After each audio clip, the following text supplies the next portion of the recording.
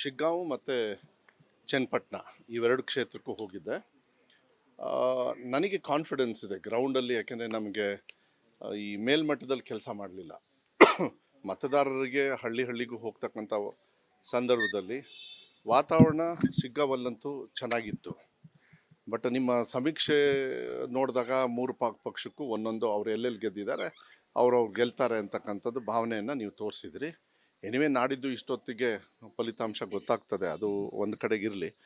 But ನನಗನ್ಸುತ್ತೆ ಯೋಗೇಶ್ ಅವರು ಅಲ್ಲಿ ನಾನು ಕಂಡಿದ್ದು ಲೋಕಲ್ ಪರ್ಸನ್ ಅನ್ನೋದನ್ನ ಮತ್ತು ಕೆಲಸ ಮಾಡಿದ್ದಾರೆ ಅಂತಕ್ಕಂಥದ್ದು ಭಾವನೆ ಬಂತು. ಅವ್ರ ಬಗ್ಗೆ ಯಾರೂ ದ್ವೇಷ ಮಾಡಲಿಲ್ಲ.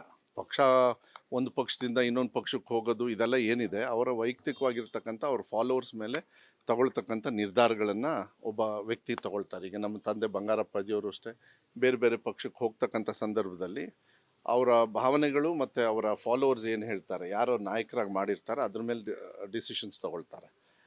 ಯೋಗೇಶ್ವರು ಕೂಡ ಒಂದು ನಿರ್ಧಾರವನ್ನು ತಗೊಂಡು ಕಾಂಗ್ರೆಸ್ ಪಕ್ಷಕ್ಕೆ ಬಂದು, and originally his root is from Congress. Is a old Congress man. ಅವರು ಬೇರೆ ಪಕ್ಷದವರಲ್ಲ, ಕಾರಣಾಂತರದಿಂದ ಬೇರೆ ಕಡೆಗೆ ಹೋಗಿದ್ದರು. ನನಗೆಲ್ಲೋ ಒಂದು ರೀತಿಯಲ್ಲಿ ವಿಶ್ವಾಸ ಇದೆ, ಮತದಾರರು ಯಾರು ಅವರಿಗೆ ಕೈಗೆ ರೆಗ್ಯುಲರಾಗಿ ಸಿಗ್ತಾರೆ, ಸೋತರೇನು ಕೂಡ ಅವ್ರ ಜೊತೆಗೆ ಯಾರಿದ್ದರು ಅವರನ್ನು ಗೆಲ್ಲಿಸ್ತಾರೆ ಅಂತಕ್ಕಂಥದ್ದು ಒಂದು ಭಾವನೆ ಎದ್ದು ಕಾಣಿಸ್ತಾ ಇತ್ತು. ನಾನು ಹೋದಾಗ, ನಾನು ಬರೀ ಒಂದೇ ದಿವಸ ಅಲ್ಲಿ ಹೋಗೋಕ್ಕಾಗಿದ್ದು, ಜಾಸ್ತಿ ಇಲ್ಲ. ಶಿಗ್ಗಾಂವಲ್ಲಿ ಕಾಂಗ್ರೆಸ್ ಪಕ್ಷದ ಬಗ್ಗೆ ಭಾಳ ಒಲವಿದೆ. ಅಭ್ಯರ್ಥಿಗಿಂತ ಯಾರು ಬೊಮ್ಮಾಯಿಯವ್ರ ಮಗ ನೋಡಿದಾಗ ಎಲ್ಲೋ ಕಾಂಗ್ರೆಸ್ ಬಗ್ಗೆ, ಕಾಂಗ್ರೆಸ್ ಕೊಟ್ಟಿರ್ತಕ್ಕಂಥ ಗ್ಯಾರಂಟಿಗಳು ಮನೆಗೆ ಹೋಗ್ತಕ್ಕಂಥದ್ದು, ಮತ್ತು ಜನರು ವಾಪಸ್ ಅದನ್ನಿಲ್ಲ ಸರ್ ಸಹಕಾರ ಮಾಡಿದೆ ಕಾಂಗ್ರೆಸ್ ಪಕ್ಷ ಅಂತೇಳಿ, ಅದನ್ನು ಮತವಾಗಿ ಪರಿವರ್ತನೆ ಆಗುತ್ತೆ ಅಂಥೇಳಿ ನನಗೆ ವಿಶ್ವಾಸ ಇದೆ. ಗೆಲ್ತಾರೆ ಅಂತ. ತುಕಾರಾಮ್ನು ಗೆಲ್ತಾರೆ ಈಸಿಯಾಗಿ, ಏನು ತೊಂದರೆ ಏನಿಲ್ಲ. ಆಮೇಲೆ ನಾನು ಆ ಕಡೆ ಹೋಗಲಿಲ್ಲ. ಇಷ್ಟು ನನ್ನ ಸಮೀಕ್ಷೆ. ನೋಡೋಣ ನಾಡಿದ್ದು ನೀವು ಹೇಳ್ದಂಗೆ ಆಗ್ತದೋ ಇಲ್ಲ. ನಾಳೆನಾ 23 ಅಲ್ಲ 24 ಅಲ್ಲ. ಓಕೆ, ನಾಳೆ ಇಷ್ಟೊತ್ತಿಗೆ ಗೊತ್ತಾಗುತ್ತೆ. ನೋಡೋಣ, ಒಳ್ಳೆ ನಿರ್ಧಾರಗಳು ಬರ್ತಾ.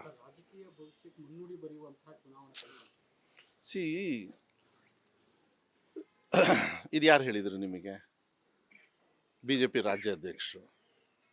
ಅವ್ರಿಗೇನು ಚಾಳಿ ಇದೆ? ಅವರಿಗೆ 136 ಜನರು ಗೆದ್ದು ಅದನ್ನು ಹೋಗಿ ಹಳೆ ಚಾಳಿನ ಮತ್ತೆ ತರ್ತಕ್ಕಂಥದ್ದು ವ್ಯವಸ್ಥೆಯನ್ನು ಮಾಡೋದಾದರೆ ಐ ಥಿಂಕ್ ಅವ್ರಿಗೇನು ಎಷ್ಟು ದಡ್ಡರು ಅಂತ ಹೇಳಬೇಕು ನನಗಂತೂ ಗೊತ್ತಿಲ್ಲ ನನಗೆ. ಯಾಕೆಂದರೆ 136 ಜನರನ್ನ ಈ ರಾಜ್ಯದ ಜನರು ಮತ ಹಾಕಿ ಗೆಲ್ಲಿಸಿರೋದು BJP ಅವರು ವಿರುದ್ಧವಾಗಿ, ಅವ್ರನ್ನ ಹೀನಾಯವಾಗಿ ಸೋಲಿಸಿ.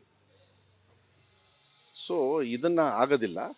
ಇವು ಮೂರು ಒಂದು ಉಪಚುನಾವಣೆ ಏನೋ ಒಂದು ರೀತಿಯಲ್ಲಿ ಇವು ಮೂರು ನಾನೀಗ ಮಾತಾಡ್ಬೇಕಾದ್ರೆ ವೈಯಕ್ತಿಕವಾಗಿರ್ತಕ್ಕಂಥ ವ್ಯಕ್ತಿಗತವಾಗಿರ್ತಕ್ಕಂಥದ್ದೇ ಎದ್ದು ಕಾಣಿಸ್ತಾ. ಹೌದಾ? ಶಿಗ್ಗಾಂವ್ ಆಡಳಿತಕ್ಕೆ ಒಂದು ಮಾನದಂಡ ಆಗುತ್ತೆ. ರಾಜ್ಯದ ಜನರು ಒಪ್ಪಿದ್ದಾರೆ ಕಾಂಗ್ರೆಸ್ ಆಡಳಿತವನ್ನ ಇಲ್ವಾ ಅನ್ನೋದಕ್ಕೆ ಒಂದು ಮಾನದಂಡ ಆಗುತ್ತೆ.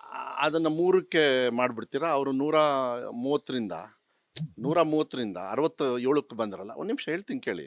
ಅದನ್ನ ಏನಂತ ಕರಿತೀರದನ್ನ? BJP ಅವ್ರು ಸೋತ್ರಲ್ಲ. ಆಮೇಲೆ MP ಚುನಾವಣೆ 1ರಿಂದ ನಾವು ಅಟ್ಲೀಸ್ಟ್ 9 ಬಂದ್ರಲ್ಲ, ಏನಂತ ಕರಿತೀರಿ? ಕಾಂಗ್ರೆಸ್ ಪರವಾಗ್ತಾನೆ ಇದ್ದಿದ್ದು. ಹೋದ ಸತಿ ಒಂದೇ ಇದ್ದಿದ್ದು ನಾವು ಕಾಂಗ್ರೆಸ್ಸು, ಕರೆಕ್ಟಾ? ಅದು ಕೋಲಿಷನ್ನಲ್ಲಿ. ಈ ಸತಿ ಸ್ವಂತ ಶಕ್ತಿ ಮೇಲೆ ಕೆಲವು ಕಡೆಗೆ ನಾವು ಶಿವಮೊಗ್ಗದಲ್ಲಿ ನಾನು ಸೋತಿರ್ಬೋದು, ಬಟ್ ಸಬ್ಸ್ಟ್ಯಾನ್ಷಿಯಲ್ ಮತ ತಗೊಂಡು ಸರ್ಕಾರನ ಭಾಳ ಸುಭದ್ರವಾಗಿ ತೊಗೊಂಡು ಬಂದಿದ್ದೀವಿ. ವರ್ಷದಿಂದ ನಾವು ಒಂದು ಹಂತಕ್ಕೆ ತಂದಿದ್ದೀವಿ. ಅದು ಪ್ರೋಗ್ರೆಸ್ ಆಗದೆ ಆಗ್ತದೆ. ನೀವು ಒಂದೇ ಸತಿಗೆ ಹಿಂಗೆ ಹೇಳೋದಕ್ಕಾಗೋದಿಲ್ಲ, ಅದು ತಪ್ಪಾಗ್ತದೆ. ಅದು 3 ಕ್ಷೇತ್ರ ನಿರ್ಧಾರ ಮಾಡಲ್ಲ ಸರ್ಕಾರದ. ಇಲ್ಲ, ಅದಂತೂ ನಿರ್ಧಾರ ಮಾಡೋದಿಲ್ಲ. ನಿರ್ಧಾರ ಯಾರು ಮಾಡೋದು ಅಂತೇಳಿ ಮತದಾರರು ರಾಜ್ಯಮಟ್ಟದಲ್ಲಿ ಬಂದಾಗ ಮಾತ್ರ ನಿರ್ಧಾರ ಮಾಡ್ತಾರೆ. ಆಮೇಲೆ ಏನಾಗ್ತದೆ, ವಿರೋಧ ಪಕ್ಷದವರು ಹೇಳಿದ್ದೆ ಸುಳ್ಳನ್ನ ನಿಜ ಮಾಡೋದಕ್ಕೆ ಹೋಗ್ತಕ್ಕಂಥದ್ದು ಪ್ರಯತ್ನ ನಿಮ್ಮಂಥವ್ರ ಮಾಧ್ಯಮದನ್ನು ಉಪಯೋಗ ಮಾಡ್ಕೊಳ್ಳೋದು ಅದು ಸಹಜವಾಗಿರ್ತದೆ. ಅದು ವಿರೋಧ ಪಕ್ಷದವ್ರು ಮಾಡ್ತಾರೆ. ವಿರೋಧ ಪಕ್ಷದವ್ರು ಏನು ಮಾಡಬೇಕು, ಈ ಕೆಲಸ ಎಲ್ಲ ಬಿಟ್ಟು ನಾವು ಕೆಲಸ ಮಾಡ್ತಾ ಇದೀವಲ್ಲ ಅದನ್ನು ಪ್ರಶ್ನೆ ಮಾಡೋದು ಒಳ್ಳೆಯದು. ಒಂದು 3 ಚುನಾವಣೆ ಆದ ತಕ್ಷಣ ಹೆಚ್ಚು ಕಮ್ಮಿ ಆಗ್ಬಿಟ್ರೆ ಅದ್ರ ಬಗ್ಗೆ ಮಾತಾಡೋದ್ರ ಬದಲು I think you should always ask, ನೀನು ಏನು ಕೆಲಸ ಮಾಡ್ತಾ ಇದೆಯಾ, ಆ ಚರ್ಚೆಗಳು ಮಾಡಿದರೆ ಒಳ್ಳೆಯದು ಅಂಥೇಳಿ ನನ್ನ ಭಾವನೆ. ಹಾಂ,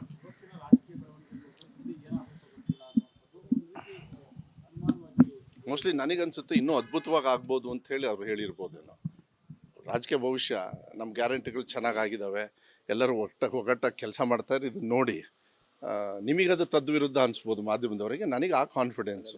ನಮ್ಮ ಸರ್ಕಾರ ಇರುವಾಗಲೇ ಕಾಂಗ್ರೆಸ್ ಭವನ ಕಟ್ಬಿಡಿ, ಮುಂದೆ ಏನಾಗ್ತದೋ ಗೊತ್ತಿಲ್ಲ, ಈಗಲೇ ಶಂಕುಸ್ಥಾಪನೆ ಮಾಡಿ ಈಗ್ಲೇ ಹೌದು, ಮಾಡ್ಬಿಡೋಣ. ಕಾಂಗ್ರೆಸ್ ಭವನ ಬೇಗ ಕಟ್ಟಿ ಮತ್ತೆ 5 ವರ್ಷ ನಾವೇ ಅಧಿಕಾರಕ್ಕೆ ಬರ್ತೀವಿ, ಒಳ್ಳೆ ಕೆಲಸ ಮಾಡೋದಕ್ಕೆ ಅನುಕೂಲ ಆಗುತ್ತೆ ಅಂತೇಳಿ ನನಗೂ ಹೇಳಿದ್ದಾರೆ ಅದನ್ನ. ಯಾಕೆಂದ್ರೆ ಸೊರಬದಲ್ಲಿ ನಾನು ಇನ್ನೂ ಕಾಂಗ್ರೆಸ್ ಭವನ ಮಾಡಿಲ್ಲ, ನನಗೂ ಕೂಡ ಹೇಳಿದ್ದಾರೆ. ಅನುದಾನದ ವಿಚಾರವಾಗಿ ಒಂದಿಷ್ಟು ಶಾಸಕರುಗಳು ಹೇಳ್ತಾ ಇರುವಂತದ್ದು ಅನುದಾನ ಸಿಗ್ತಿಲ್ಲ, ಕಡಿಮೆ ಆಗ್ತಿದೆ ಅನ್ನೋದು. ಅದನ್ನ ಬೆಳಗಾವಿ ಸೆಷನ್ನಲ್ಲಿ CLT ಮೀಟಿಂಗ್ ಅಲ್ಲಿ ನಿಮಗೆ ನಾನು ಇದನ್ನು ಆ್ಯಕ್ಚುಲಿ ಮುಂದಿನ ವಾರ ನಾನು ಕೂಡ ಮಾನ್ಯ ಮುಖ್ಯಮಂತ್ರಿಗಳಿಗೆ ಮಾತಾಡಿ ಕೆಲವು ಮಾಧ್ಯಮದ ಮೂಲಕ ನಾವು ಕೂಡ ಒಂದು ತಪ್ಪು ಮಾಡಿದ್ದೀವಿ.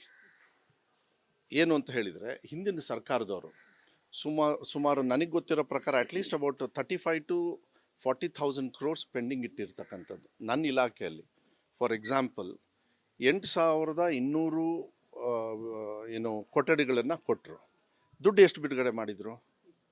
300 ಕೋಟಿ ಮಾಡಿದರು. ಇನ್ನು ಉಳ್ಕಿದ್ದು ಎಷ್ಟು ಬ್ಯಾಲೆನ್ಸು? ನನ್ನ ಪ್ರಕಾರ ಸುಮಾರು 900 ಕೋಟಿ ಕೊಡಬೇಕಾಯ್ತು. ಅದು ಯಾರು ಕೊಟ್ಟಿರೋದು? ಅದು ಈಗಿರ್ತಕ್ಕಂಥ ಸಿದ್ದರಾಮಯ್ಯ ಸರ್ಕಾರದವ್ರು ಕೊಟ್ಟಿರೋದು.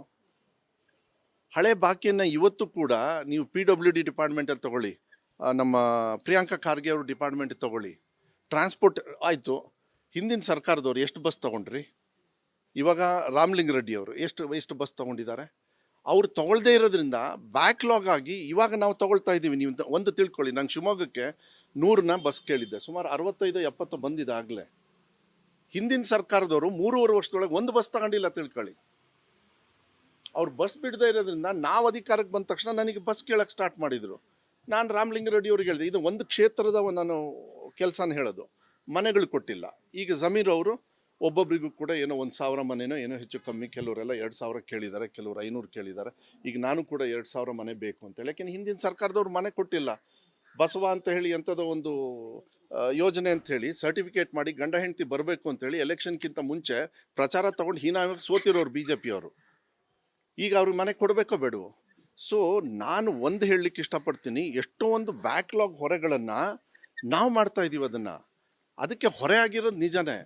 ಅದ್ರ ಜೊತೆ ಗ್ಯಾರಂಟಿ ಯೋಜನೆ ಮಾಡಬೇಕಾದ್ರೆ 2023ರ ಏನು ಪ್ರಣಾಳಿಕೆಯಲ್ಲಿ ನಾನೇ ಉಪಾಧ್ಯಕ್ಷ, ಹೆಂಗೆ ದುಡ್ಡು ಬರಬೇಕು, ಎಷ್ಟು ಶಾರ್ಟೇಜ್ ಬರ್ಬೋದು, ನಾವು ಅಂದ್ಕೊಂಡಿದ್ವಿ 7,000 to 10,000 ಶಾರ್ಟೇಜ್ ಬರ್ತಕ್ಕಂಥದ್ದು ವ್ಯವಸ್ಥೆ ಬರ್ಬೋದು ಅಂತೇಳಿ. ಅದನ್ನು ಮಾನ್ಯ ಮುಖ್ಯಮಂತ್ರಿಗಳಿಗೆ ನಾವು ಮುಂಚೆನೇ ವಿರೋಧ ಪಕ್ಷದ ನಾಯಕರಿಗೆ ಮತ್ತು ನಮ್ಮ ರಾಷ್ಟ್ರೀಯ ನಾಯಕರುಗಳಿಗೆ ನಾವು ಹೇಳಿದ್ವಿ. ನಾವು ಪರಮೇಶ್ವರ್ ಅವ್ರ ಅಧ್ಯಕ್ಷರು ಇರಬೇಕಾದ್ರೆ, ಸುರ್ಜಾವಾಲ ಅವರೆಲ್ಲ ಇರಬೇಕಾದ್ರೆ ಇಷ್ಟಾಗುತ್ತೆ ಅಂತ. ಬಟ್ ಬ್ಯಾಕ್ಲಾಗ್ ಬಿಟ್ಟು ಹೋಗಿರ್ತಕ್ಕಂಥದ್ದು ಇದೆಯಲ್ಲ, ಇವತ್ತು ಕೂಡ ಕಟ್ತಾ ಇದ್ದಾರೆ. ಇವಾಗ ಒಂದು ಹಂತಕ್ಕೆ ಬಂದಿದೆ. ಆಮೇಲೆ ನನಗೆ ವಿಶ್ವಾಸ ಇದೆ ಇನ್ಮೇಲೆ, ಯಾಕೆಂದರೆ ನಾನೊಬ್ಬ ಮಂತ್ರಿ ಒಂದು ಕಡೆಗಿರಲಿ, ಶಾಸಕ ತಾನೇ, ನನಗೂ ಅನುದಾನ ಬರಬೇಕಲ್ಲ. ಈಗ ನನಗೂ ಕೂಡ ಸ್ಟಾರ್ಟ್ ಆಗ್ತಾ ಇದೆ. ಆ್ಯಕ್ಚುಲಿ 24ನೇ ತಾರೀಕಿಂದ ನನ್ನ ಈ ಅಭಿವೃದ್ಧಿ ಕಾರ್ಯದ ಸ್ವಲ್ಪ ಸ್ಪೀಡಾಗಿ ತೊಗೊಂಡು ಹೋಗ್ತಕ್ಕಂಥ ವ್ಯವಸ್ಥೆ 24ರಿಂದ ನಾನು ಮಾಡ್ತಾ ಇದ್ದೀನಿ. ಇಲ್ಲ, ಅದನ್ನು ಪಾರ್ಟಿ ವೇದಿಕೆಯಲ್ಲಿ ನಾನು ಮಾನ್ಯ ಸಿದ್ದರಾಮಯ್ಯ ಸಾಹೇಬರಿಗೆ ಮತ್ತು DK ಶಿವಕುಮಾರ್ ಸಾಹೇಬರಿಗೆ, ಸರ್ ತುಂಬ ಬ್ಯಾಕ್ಲಾಗ್ ನನ್ನನ್ನು, ಈಗ ನಾನು ಮಿನಿಸ್ಟರ್ ಆಗಿ ನನಗೆ ಹೊಡ್ತಾ ಏನು ಬೀಳ್ತಾ ಇದೆ, ಬಟ್ ನಾನು ಕೊರತೆ ಮಾಡಿಲ್ಲ. ನೀವು ತಿಳ್ಕೊಳ್ಳಿ, ಯಾವುದೇ ಡಿಪಾರ್ಟ್ಮೆಂಟಲ್ಲಿ ಕೊರತೆ ಮಾಡಿಲ್ಲ. ಶಾಸಕರಿಗೆ ಈ ಥರದ್ದು ವ್ಯವಸ್ಥೆಯನ್ನು ಬರ್ತಕ್ಕಂಥದ್ದನ್ನು ಹೆಚ್ಚುವರಿ ಮಾಡ್ತಕ್ಕಂಥದ್ದನ್ನು ಈಗ ಮಾನ್ಯ ಸಿದ್ದರಾಮಯ್ಯ ಅವರು ಜಾಸ್ತಿ ಮಾಡ್ತಾರೆ. ಅದನ್ನು ನಾವು ಶಾಸಕರಿಗೆ ಹೇಳಬೇಕು. ಈಗ ನನಗೆ ಕೊಠಡಿ ಕೇಳ್ತಾ ಇದ್ದಾರಲ್ಲ, ಸ್ವಲ್ಪ ಜಾಸ್ತಿ ಕೇಳ್ತಾ ಇದ್ದಾರೆ. ಈಗ ನಾನು ಅದಕ್ಕೆ ವ್ಯವಸ್ಥೆ ಮಾಡ್ಕೊಂಡು ಅವ್ರಿಗೆ ಹೆಚ್ಚುವರಿ ಕೊಠಡಿ ಕೊಡ್ತಕ್ಕಂಥದ್ದು ವ್ಯವಸ್ಥೆ ನಾನು ಮಾಡಿಕೊಂಡೆ. ಯಾಕೆಂದರೆ ಮಾನ್ಯ ಮುಖ್ಯಮಂತ್ರಿಗಳು ಹೇಳಿದೆ, ಇಲ್ಲ ಸರ್ ನನಗೆ ಕೊಠಡಿಗಳು ಕೊಡಲಿಲ್ಲ ಅಂದರೆ ಕಷ್ಟ ಆಗುತ್ತೆ. ಆಮೇಲೆ ಈ ಸತಿ ಮಳೆ ಅಂತೂ ತುಂಬ ಆಗಿರೋದ್ರಿಂದ ಮಲೆನಾಡು ಭಾಗದಲ್ಲಿ ಆಯಿತು. ಇಷ್ಟೊಂದು ಹೇಳ್ತಾ ಇದ್ದೀರಾ. ಕಲ್ಯಾಣ ಕರ್ನಾಟಕ ಭಾಗಕ್ಕೆ ಫಸ್ಟ್ ಇಯರ್ 3,000 crores ಕೊಟ್ವಿ. ಈಗ ನೆಕ್ಸ್ಟ್ ಇಯರು 5,000 crores ಕೊಟ್ವಿ. 5,000 crores ಇದು ಅವ್ರದ್ದು ಯೋಜನೆ, BJP ಅವ್ರದ್ದು ಯೋಜನೆ ಇದು. ಆ ಕಡೆ ಭಾಗದ 7 ಜಿಲ್ಲೆಗೂ ಕೂಡ, ಕಲ್ಯಾಣ ಭಾಗದ ಜಿಲ್ಲೆಗೆ 1,250 ಕೋಟಿ ನಮ್ಮ ಅಜಯ್ ಸಿಂಗ್ ಅವರು KKRDB ಚೇರ್ಮನ್ ಇದ್ದಾರೆ. ಅವ್ರಿಗೆ ಬಂದು ಈಗಾಗಲೇ ಎಕ್ಸ್ಪೆಂಡಿಚರ್ ಮಾಡ್ತಾ ಇದ್ದಾರಲ್ಲ, ಅಭಿವೃದ್ಧಿ ಅಲ್ವಾ? ಕಲ್ಯಾಣ ಕರ್ನಾಟಕ ಭಾಗದಲ್ಲಿ ಎಂದೂ ಆಗದೆ ಇರತಕ್ಕಂಥ ಅಭಿವೃದ್ಧಿಯನ್ನು ಇವತ್ತು ನನ್ನ ಶಿಕ್ಷಣ ಇಲಾಖೆಯಲ್ಲಿ ಇಡೀ ರಾಜ್ಯದಲ್ಲಿ ಹೈಯೆಸ್ಟ್ ಆಗ್ತಾ ಇದೆ. ನನಗದು ಸಂತೋಷ. ಯಾಕೆಂದರೆ ನಾನು ಸ್ವಲ್ಪ ಅಗ್ರೆಸಿವ್ ಆಗಿ ಹೋಗ್ತಾ ಇದ್ದೀನಿ, ಚೆನ್ನಾಗಿ ನಡೀತಾ ಇದೆ. ಅದ್ರ ಜೊತೆಗೆ ನನಗೆ ಸ್ವಲ್ಪ ಇನ್ಫ್ರಾಸ್ಟ್ರಕ್ಚರಿಗೆ ಸಿಕ್ಕರೆ ಅಲ್ಲಿ ಒಂದು 25-30% ಅವ್ರು ಮಾಡಿದರೆ, ಇನ್ನು 70% ಇಡೀ ರಾಜ್ಯನ ನಾನು ರಾಜ್ಯ ಮಟ್ಟದಲ್ಲಿ ಮಾಡ್ತಕ್ಕಂಥ ವ್ಯವಸ್ಥೆ ಚೆನ್ನಾಗಾಗ್ತದೆ. ನೋಡಿ ನಾನು ಇದ್ರ ಬಗ್ಗೆ ಇದು ಸ್ಟ್ರೇಟಾಗಿ ಆನ್ಸರ್ ಕೊಡ್ತೀನಿ. ವಕ್ತ್ ವಿಚಾರದಲ್ಲಿ ಯಾರ್ದು ಜಮೀನು ಯಾರಿಗೆ ಸೇರಬೇಕೋ ಅವ್ರಿಗೆ ಸೇರಬೇಕು. ಅದನ್ನು ಅನ್ನೆಸೆಸರಿಯಾಗಿ ವಕ್ತಿಗೆ ಸೇರಿರೋದು, ಅದು ಹಿಂಗಾಗ್ಬಿಟ್ಟಿದೆ ಹಂಗಾಗ್ಬಿಟ್ಟಿದೆ, ಇಲ್ಲ ಎಲ್ಲ ತೊಗೊಂಡು ಹೋಗ್ಬಿಟ್ಟಿದೆ, ಇದೆಲ್ಲ ಸುಳ್ಳಿದು. ಯಾರು ತೊಗೊಂಡು ಹೋಗೋಕ್ಕಾಗತ್ತನ್ರಿ? ಕಾನೂನು ಇರ್ತದೆ, ಅದರೊಳಗೆಲ್ಲ ಪೇಪರ್ ರೆಕಾರ್ಡ್ಸ್ ಇರ್ತದೆ. ಅದನ್ನ ನೋಡಿ ಅವ್ರದ್ದು ಅಂದ್ರೆ ಅವ್ರದ್ದು, ಇವ್ರದ್ದು ಅಂದ್ರೆ ಇವ್ರದ್ದು. ಏನಾದ್ರು ತಪ್ಪು ವಕ್ತ ಇರ್ಬೋದು, ನಾವೇ ಇರ್ಬೋದು, ನನ್ನ ಇಲಾಖೆ ಇರ್ಬೋದು, ತಪ್ಪಾದ್ರೆ ಅದನ್ನು ಸರಿ ಮಾಡ್ತಕ್ಕಂಥ ವ್ಯವಸ್ಥೆ ಕಾನೂನಲ್ಲಿ ಇರ್ತದೆ. ಅದನ್ನು ಮಾಡ್ತಕ್ಕಂಥದ್ದು ವ್ಯವಸ್ಥೆಯನ್ನು ಮಾಡಬೇಕೇ ಹೊರತು ಅದನ್ನು ಹೋಗ್ಬಿಟ್ಟು ಪ್ರಚಾರದಲ್ಲಿ ಮಾಧ್ಯಮವನ್ನು ಉಪಯೋಗ ಮಾಡಿಕೊಂಡು ಜನರಿಗೆ ಹಾದಿ ತಪ್ಪಿಸ್ತದೆ. ಈಗ ವಕ್ತು ಇನ್ನೆಲ್ಲ ಸ್ವಲ್ಪ ಕಮ್ಮಿ ಮಾಡ್ತಾರೆ ಈಗ, ಯಾಕೆಂದರೆ ಚುನಾವಣೆ ಮುಗೀತಲ್ಲ, ರಿಸಲ್ಟ್ ಆದಮೇಲೆ ಈಗ ನೋಡ್ತಾರೆ, ಯೋಚನೆ ಮಾಡ್ತಾರೆ ಇನ್ನೇನು ಫಿಟ್ಟಿಂಗ್ ಇಡಬೇಕು ಅಂತ ಹೇಳಿ. ನಾನು ಹೇಳ್ತೇನೆ ಇವೆಲ್ಲ ನಡೆಯೋದಿಲ್ಲ. ಜನರು ವಿಶ್ವಾಸದಿಂದ ಮತ ಹಾಕಿ ಸರ್ಕಾರನ ಭಾಳ ಗಟ್ಟಿ ಸರ್ಕಾರನ ಇಟ್ಟಿದ್ದಾರೆ. ಗೊಂದಲ ಸೃಷ್ಟಿ ಆಗ್ತಕ್ಕಂಥದ್ದು ಶುರು ಮಾಡೋದಕ್ಕೆ ಬಿ ಜೆ ಪಿಯವ್ರು ಮಾಡ್ತಾರೆ, ಯಾಕೆಂದರೆ ಅವ್ರದ್ದು ಚಾಳಿ ಅದು. ಅವ್ರದ್ದು ಅಲ್ಲ, ಬೇಡ ಅಂತ ಹೇಳಿದವ್ರು ಯಾರು? ಈ ದೇಶದೊಳಗೆ ಪ್ರತಿಭಟನೆ ಮಾಡೋದು ನಿಮ್ಮ ಸಂವಿಧಾನದ ಹಕ್ಕು, ಮಾಡ್ಕೊಳ್ಳಿ, ಊರಲ್ಲಿ ಮಾಡಲಿ. ಬರೀ ಬೆಂಗಳೂರಿಗೆ ಯಾಕೆ ಮಾಡ್ತಾರೆ? ಪಬ್ಲಿಸಿಟಿ ಜಾಸ್ತಿ ಸಿಗುತ್ತೆ ಅಂತನಾ? ಹೇಳ್ರಿ, ಒಂದು ಹಳ್ಳಿಗೆ ಹೋಗಿ ಮಾಡೋಕ್ಕೆ ಹೇಳ್ರಿ ಅವರಿಗೆ. ಅದ್ರ ಜೊತೆಗೆ BPLದು BPL ಅರ್ಹತೆ ಇರೋರಿಗೆ ಯಾವುದೇ ಕಾರಣಕ್ಕೂ ಕ್ಯಾನ್ಸಲ್ ಆಗೋದಿಲ್ಲ. ಕ್ಯಾನ್ಸಲ್ ಆಯಿತು ಅಂದರೆ, ಮೊನ್ನೆನೂ ಕೂಡ ನಾನು ಮಾಧ್ಯಮದವ್ರು ಒಂದು ಇಬ್ಬರೇ ಸಿಕ್ಕಿದ್ರಿ, ಬಟ್ ಇವತ್ತು ಒಳ್ಳೇದಾಯಿತು. ಈಗ ನಾನು ಶಾಸಕ, ನನ್ನ ಲೀಡರ್ಸ್ ಬಿಡ್ತಾರ ನನ್ನ? ಸರ್ ಇವ್ರದ್ದು ಕ್ಯಾನ್ಸಲ್ ಮಾಡಿದ್ದಾರೆ, ನಾನು ಆಫೀಸರ್ಸನ್ನ ಬಿಡ್ತೀನಾ? BJP ಅವರಾಗಲಿ, ಕಾಂಗ್ರೆಸ್ ಆಗಲಿ, JDS ಆಗಲಿ, ಇಂಡಿಪೆಂಡೆಂಟ್ ಆಗಲಿ, ನಮ್ಮ ಲೀಡರ್ಸ್ ಬಂದು ಇವ್ರದ್ದು ಕ್ಯಾನ್ಸಲ್ ಮಾಡಿದರೆ ನಾವು ಅವ್ರಿಗೆ ಕೊಡ್ತೀವಿ. ನೀವು ಯಾಕೆ? ಅದು ಏನು ಭಾಳ ದೊಡ್ಡ ಇದೇನಿಲ್ಲ. ಆಮೇಲೆ ಮಾನ್ಯ ಮುಖ್ಯಮಂತ್ರಿಗಳು ಹೇಳಿದ್ದಾರೆ, ಅರ್ಹತೆ ಇರೋರಿಗೆ ಯಾವುದೇ ಕಾರಣಕ್ಕೂ ಅವ್ರಿಗೆ ತೊಂದರೆ ಆಗೋದಿಲ್ಲ. ಈಗ ನನ್ನ ಮನೆಯಲ್ಲೇ ನೀವು ತೊಗೊಂಡು ನಾನು ತೊಗೊಂಡು ಡಬಲ್ ತೊಗೊಂಡ್ರೆ ನೀವೇ ಹೇಳಿ ನೋಡೋಣ, ಟ್ಯಾಕ್ಸ್ ಮನಿನ ಒಂದು ಹಂತಕ್ಕೆ ತರಬೇಕು ತಾನೆ? ಅದು ಮಾಡೋದ್ರಲ್ಲಿ ತಪ್ಪ ಅಂತ ಹೇಳಿಬಿಟ್ರೆ ಸರ್ ಈಗ ನಾನು ಒಂದು ನಿಮಿಷ ಕ್ಯಾನ್ಸಲ್ ಒಂದು ನಿಮಿಷ ಕ್ಯಾನ್ಸಲ್ ಆಗಿ ಅರ್ಹತೆ, ನಾನು ಸಿಂಪಲ್ಲಾಗಿ ಹೇಳ್ತಾ ಇದ್ದೀನಿ, ಅರ್ಹತೆ ಇರೋರಿಗೆ ಕ್ಯಾನ್ಸಲ್ ಆದರೆ ನಮ್ಮಂಥವ್ರು MLAಗಳು ಏನು ಮಾಡ್ತಾ ಇದ್ದೀವಿ ನಾವು? ಸರಿ ಮಾಡ್ತಕ್ಕಂಥದ್ದನ್ನು ಭಾಳ ತಕ್ಷಣ ಒಂದು 2-3 ದಿವಸದಲ್ಲೇ ಮಾಡ್ಬೋದು. ಸೊ ಅದ್ರ ಬಗ್ಗೆ ಧೈರ್ಯವಾಗಿರಿ. ಯಾರಿಗೂ ಕೂಡ ಬಡವರಿಗೆ, ಅರ್ಹತೆ ಇರೋರಿಗೆ ಕ್ಯಾನ್ಸಲ್ ಆಗೋದಿಲ್ಲ. ಕ್ಯಾನ್ಸಲ್ ಆದ್ಮೇಲೆ ಕೊಡಿಸೋ ಜವಾಬ್ದಾರಿ ಇದೆ. ಕ್ಯಾನ್ಸಲ್ ಮಾಡದೇ ಇರೋ ಥರ ಮಾಡಬೇಕಿತ್ತಲ್ವ ಮೊದಲೇ? ಇದು ಆ ಥರ ಏಕಾಏಕಿ ನೋಡಿ ನೀವು ಒಂದು ತಿಳ್ಕೊಳ್ಬೇಕಾಗತ್ತೆ. ಮಾನ್ಯ ಸಿದ್ದರಾಮಯ್ಯ ಅವರು ಇದನ್ನೆಲ್ಲ ಮೀರಿ ಮಾತು ಕೊಟ್ಟಿದ್ದೀವಿ, ಉಳಿಸ್ಕೋಬೇಕು ಅಂತ 5 ಗ್ಯಾರಂಟಿನ ನಾವು ಅನುಷ್ಠಾನ ಮಾಡಿದ್ವಿ. ಮಿಸ್ಯೂಸ್ ಆಗ್ಬೇಕಾದ್ರೆ ಅನುಷ್ಠಾನ ಆದಮೇಲೆ ತಾನೇ ಮಿಸ್ಯೂಸ್ ಆಗೋದು. ಮಿಸ್ಯೂಸ್ ಅನುಷ್ಠಾನ ಆಗದೆ ಆಗುತ್ತಾ? ಅದು ಕರೆಕ್ಷನ್ ಮಾಡೋಕ್ಕಾಗತ್ತಾ? ಯಾರು ಹೇಳಿದ್ದು? ಅನುಷ್ಠಾನ ಆಗಬೇಕು, ತೊಂದರೆಗಳು ಕಾಣಬೇಕು, ಅದನ್ನು ಸರಿ ಮಾಡಬೇಕು. That is what we are doing. ಅದೇನು ತಪ್ಪೇನಿಲ್ಲಲ್ಲ, ಮಾಡಲಿ, ನೋ ಪ್ರಾಬ್ಲಮ್.